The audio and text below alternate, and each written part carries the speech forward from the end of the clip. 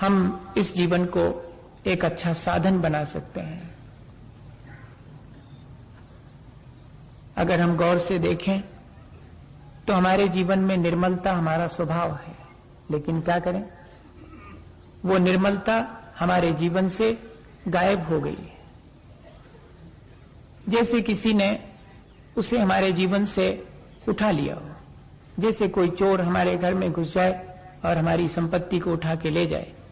वो कब घुसता है और कब उठा के ले जाता है? जब हम सो जाते हैं, जब हम गाफिल हो जाते हैं। और यही हमारे साथ हुआ है। हमारी अपनी जो निजी संपदा है, हमारा अपना जो स्वभाव है, हमारी अपनी अज्ञानता, हमारे अपने मोह के कारण और विकृतियों में बदल गया है। स्वभावात् अन्यथा भवनम विभावः। हम अपनी निर्मलता को खो बैठे हैं और हमारी उस निर्मलता के स्थान पर विकृतियों ने, मलिनताओं ने हमारे भीतर अपना घेरा जमा रखा है। हमारी अपनी प्रकृति ऐसी नहीं है, लेकिन क्या करें, जब हम अपनी प्रकृति, अपने स्वभाव को भुला बैठते हैं, तब हम धीरे धीरे विकृति की तरफ चले जाते हैं। और उसका एक ही कारण होता है, हमारा अपना मोह, हमारी अपनी अज्ञानता, इग्नोरेंस जिसको कहेंगे। हम ही कहीं चूक जाते हैं। हम अपनी उस चूक को देखें कि कैसे हम चूक गए हैं, तो बहुत स्पष्ट दिखाई पड़ेगा।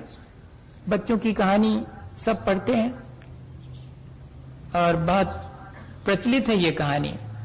बच्चे इसको बड़े चाव से पढ़ते हैं। क्या कि एक राजा था और फिर वो राजा बहुत बलवान था, लेकिन उस राजा के प्राण तोते में थे और राजा को मारो तो नहीं मरता था, और अगर तोता हाथ में आ जाए और तोते को मार दो तो राजा मर जाएगा। ऐसी कहानी पढ़ते हैं बच्चे, तो बहुत पढ़ते हैं। सब बच्चे रहे होंगे, सबने पढ़ी होगी राजा की कहानी कि राजा के प्राण तोते में। वो कहानी जैसी मालूम पड़ती है, लेकिन है वो सच्ची। अच्छा, अपने जीवन में झांक करके देखो, अपनी अज्ञानता और अपने मोह को देखो, जिसकी वजह से कि पूरा जीवन विकृत हुआ है। गौर से देखें, हमारे प्राण कहां अटके हुए हैं?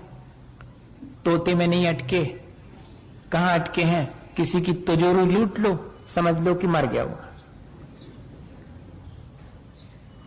तिजोरी लूटने से आदमी को धक्का पहुंचता है। आदमी को ऐसा लगता है कि मैं मरा, इसका मतलब है कि तिजोरी में प्राण है। हम लोगों के साथ भी यही है। वो राजा के प्राण होते होंगे तोते में, लेकिन हमारे प्राण तो छोटी छोटी सी चीजों में अटके हुए हैं। अपने कपड़ों में, अपनी संपत्ति में, अपने मकान दुकान में, कहां कहां हमारे प्राण अटके हुए हैं। और प्राण बड़े सांसत में हैं। ऐसा नहीं है कि ठीक ढंग से जी पा रहे हम। ये सारी चीजें जिनको कि हमने अपने जीवन को अच्छा बनाने के लिए अपने जीवन में सहयोगी माना था, उन्हीं में हमारे प्राण अटके हैं। वे चीजें न रहें तो ऐसा लगता है कि जैसे हमारे प्राण चले जाएंगे। क्या कभी हमने इस तरह से अपने जीवन के बारे में विचार किया?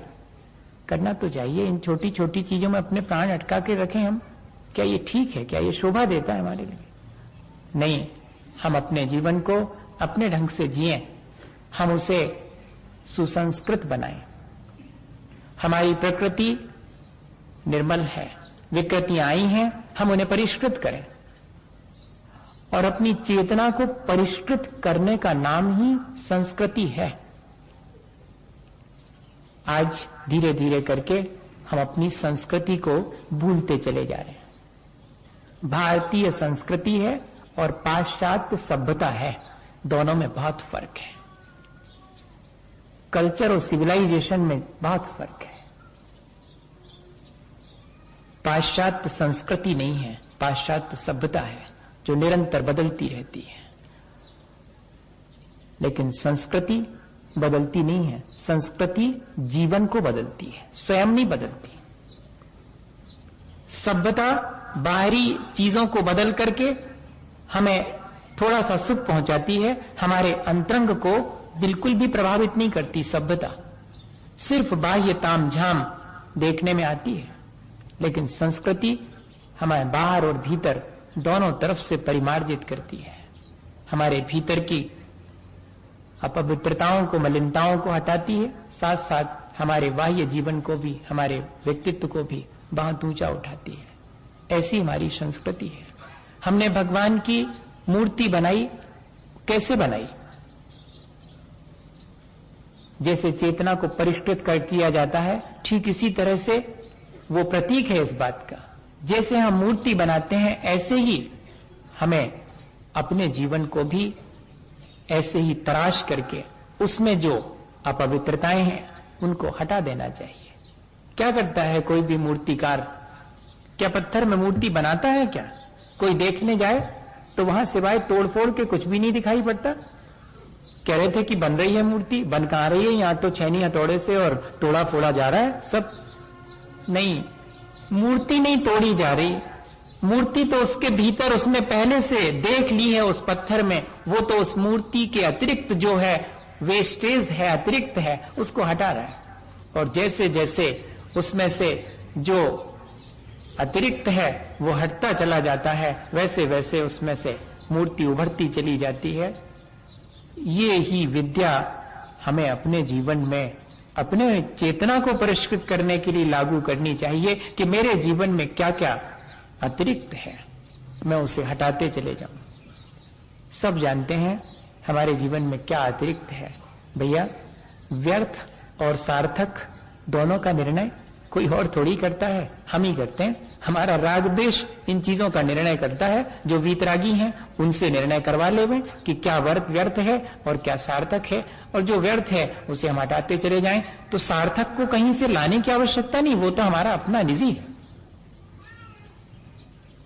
अगर इस तरह हम गौर से देखें तो हम अपने जीवन को